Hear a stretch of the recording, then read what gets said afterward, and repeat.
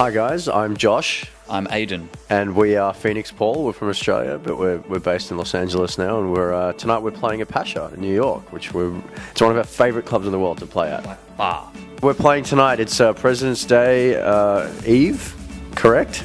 And Yes. President's Day weekend, and We'll be doing it for Washington and Obama. yeah. Who else? And we're playing with Sonny James and Ryan Marciano and Gina Turner, and it should be a really fun night, so we're looking forward to it. I used to run a nightclub in Melbourne, in Australia, and I actually started DJing when I was like 18, 19, because I was running the club doing the promotions, and I didn't like paying the DJs. I hated it. Every time I had to give money to these guys, so I'm like, you know what, I'm going to do it myself. And I fell in love with it straight away. And then Aiden actually came in. He was a fresh-faced young kid that wanted an aspiring young DJ, correct? Sure. Yeah. And he wanted a job, so he was originally a promoter, and then he became a DJ, and then we were sort of alternating sets, and we became good mates, and we said, why don't we just DJ together? And it sort of went from there. What did you pay me back then? Like 25 an hour?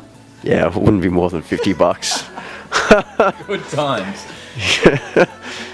That's what we get paid now. That's what I tell you we get paid. I was making music really, really badly for a long time. And then I would sort of show Josh and be like, yeah, that's good, but, you know, I knew it wasn't, and he knew it wasn't, but he was just nice enough to lie to me. And then it wasn't really into, like, sort of when we started taking DJing a little bit more seriously, when we started making music a bit more seriously. I think it's when we decided to really push for it as instead of it being a hobby, turning into more of a career. I mean, these days, back in the days when we started, there was a lot more promoter DJs and things like that. But I think if you really want to break out, especially break out of Australia, you have to be making music. Yeah, it was all bootlegs and like just remixes of tracks that we liked. I did like the first thing I did was like a Fleetwood Mac bootleg, which was terrible, and you should never touch Fleetwood Mac tracks because they're perfect the way they are.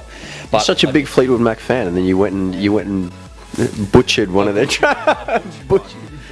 I butchered it hard, but that's, you know, back then, like, you know, no one will really listen to a lot of the stuff you do, especially like original tracks. I think it's a good way to break out. We did like a bootleg of Pure Shores by All Saints, which did quite well for us. I mean, that's how we got our name really in Australia, was that bootleg.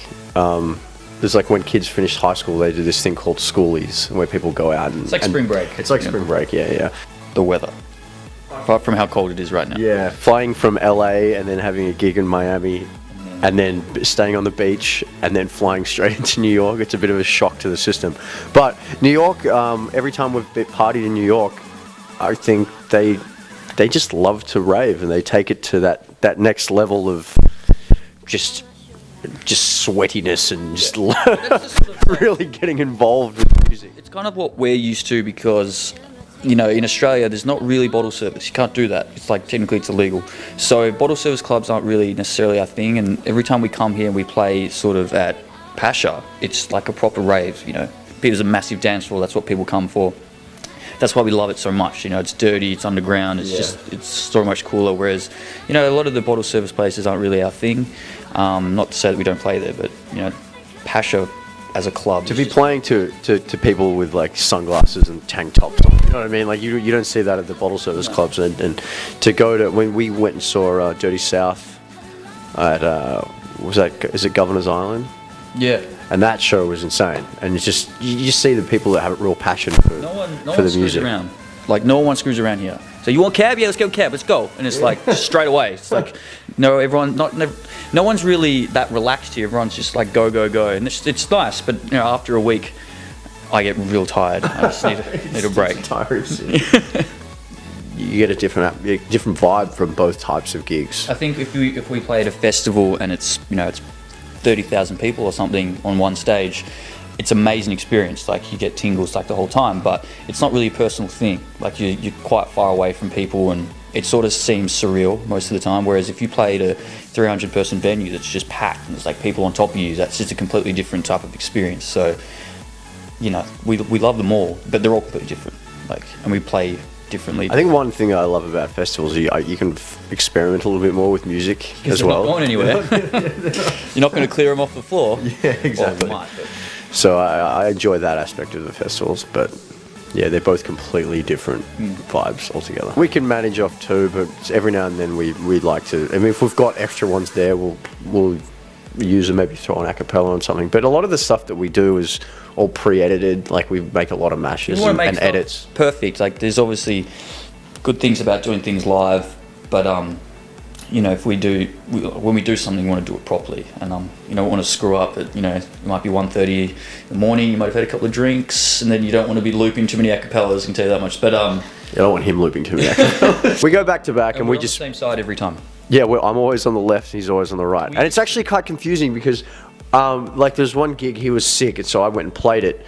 And I'm like, wow, it's bad because I'm a DJ. Like, I do this for a living. I'm like, I felt it's awkward being on the other side of the booth, having to play both sides. It sounds ridiculous. It is ridiculous. But it works for us. I mean, a lot of what we do is we don't. I mean, if you ever really watch us play properly, we're never really discussing what we're playing, what we're going to play next, any of that kind of thing. We're just sort of in the moment doing it. And being in that comfort zone on the same side, like, really works for us. I mean, I think if we're just moving around too much, I think you'll lose track of what's going on. But yeah, that's our system that we've got, I guess. If you call it a system. We just sort of wing it. We get up there and just have fun.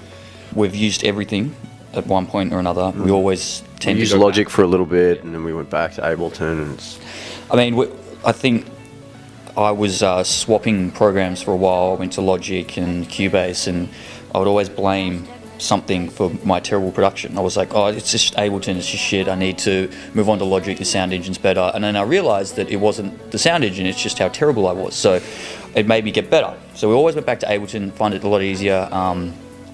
I think at the end of the day, with a lot of those programs, they're all much of a much. It's just what you're comfortable with. Yeah. And I think if you can develop, like watching a lot of these, there's this young producer in Melbourne named Jebu, and like you can watch people that he uses Fruity Loops, and you watch him, he's so comfortable with it, and he's just so fast. And I think that's the key. It's the speed and how quickly you can work and how well you can make it work. What do we use? We use a lot of different things. Believe it or not, we actually use Nexus a lot, and I know a lot of people out there are probably rolling their eyes, but the thing I like about Nexus, especially when you own Nexus too, is that if you want a guitar sound, you can go on the website and you can buy a pack that has some nice guitars or whatever. That's what I like about it. But for like making sounds, we use Vanguard a bit. I use Silence to make like original sounds. That's pretty much all we really do, I guess. Silence is one of those ones that's easy to sort of navigate and alter things if you need to. We use a lot of samples and just sort of adapt them to fit in. But generally, if you're making your own sounds, you only really need one or two synths that work. Exactly. If you know your way around a synth and you can program it to make the sounds you want, you can use one synth for a whole track if you wanted to. It's probably not going to be very good. Yeah. We're on the road a lot, and we produce on the road a lot. So I think a lot of the time we're on just our own laptops, and we'll bounce things back and forth to each other, and we're also not precious. Like if I play something to him and he doesn't like it, you just say that's the worst thing ever. That's what he'll say, and I'll just be like, yeah, cool. You're right. Yeah. But the other thing, you get lost in your production if you're just doing it on your own. And it's good to have someone to bounce off, I think. So we even had a studio for a long time because we're always away, and then we're always planning on moving. So there was no point setting one up in Australia, like for the last sort of year or so. So we've gotten used to just being on the road and in our hotel rooms making music, that kind of thing. And every once in a while, when we're in one place for maybe more than a week, we'll rent out a studio. We've got studios we use, like that we like in Melbourne and LA and places like that. And we just, for touching up things and mixing down, we'll rent out a studio for a couple of days. There's a lot of times we'll be making music in a hotel room and we'll go out and play it and just be like, it's just not quite there. There's a lot of drawbacks from making music on, in your headphones, and we would love to have like a proper setup, like our studio that we can go to, like a home base, but it just hasn't really been possible until sort of now, I guess, that we've just moved to LA and like we have a base now. So yeah, definitely makes a difference, but it's also good being able to produce on the road because, if you're away we toured last year for 5 months straight, we didn't go home. That's 5 months of not making music if you can't do it on the road. And we're good at making music on the road, so that's the positive thing about it. But I'd love to have our own proper studio. Yeah, for sure. Definitely. But I also think being on the road and producing, you also get sometimes inspired by your surroundings as well. It's like, oh, cool, I get a vibe of a certain city, and then you'll have an idea and start writing. And the fact that you can write anywhere is a huge advantage. Like sometimes he'll just run out of the shower, like humming something. How do you know? we live together. How have we reimagined it? Look, I think for us, a lot of people have actually asked me, specifically, why do you do it? And I think there's a lot of people out there that are doing it for the wrong reasons. And I think dance music got off track for a little while. We make music and we DJ because we love it, and that's what we want to do. And we want to do something that matters to people. We don't really just want to write a track that we think is going to do well on Beatport, and that's the end of it, because I think that's a waste of time. So everything that we do, we want it to be memorable. We want people to, want it to stick with people. I mean, we've seen a few people with "In My Mind" tattoos, which is unbelievable, but that's the kind of effect you want to have on people. So I think, for us, what we do is we don't do it for money or any kind of celebrity or any kind of that sort of shit. It's like, if I have kids one day and they ask me what I did or what I do, and I can show them something that means something, then I think that's what we do. We've spoken to a few people about it. I think the best thing that we can do is make music that means something. It's not just going to be a sub-kick track that dies off in 6 months. So every time we make a track, we want it to mean something to someone, and it doesn't always work. I mean, sometimes you make a track doesn't necessarily connect, but I think the best thing that we can do is to just keep making music that we love and that's emotional and melodic, that I think people will remember why they love dance music. So I think some people might have forgotten what it's all about, but if we just keep, doing what we're doing and working with people that we think, want to have the same, picture as us. At the end of the day, we just want to connect with people. If we can touch someone's life in some way, that's a great thing. That's a great thing. If the track doesn't do that well, but someone draws some sort of joy from it, somewhere in the world, then that means a lot to us, and that's what we're doing it for. Like last year, really, we spent the whole year touring, and it was really full on. And we didn't really release 2 tracks, and it was just one of those things. It's like, wow, we really sort of put the tracks on the back burner, or touring way too much. But this year we've got a whole bunch of music coming out. Hopefully, if everything goes well, we'll have, it's hard to say, between 8 to 10 releases, hopefully. Nearly an album, but we're not doing an album. Yeah. We got another track with Ivan Goff, who we made In My Mind with. A couple of collabs, and a couple of tracks that's just ours. So yeah, there's a lot of good stuff coming up. It's just putting the finishing touches on everything right now. But it should be a good year. G'day guys, I'm Josh. I'm Aiden. And we are Feenixpawl. We run the night. Do you? Do you? I don't know.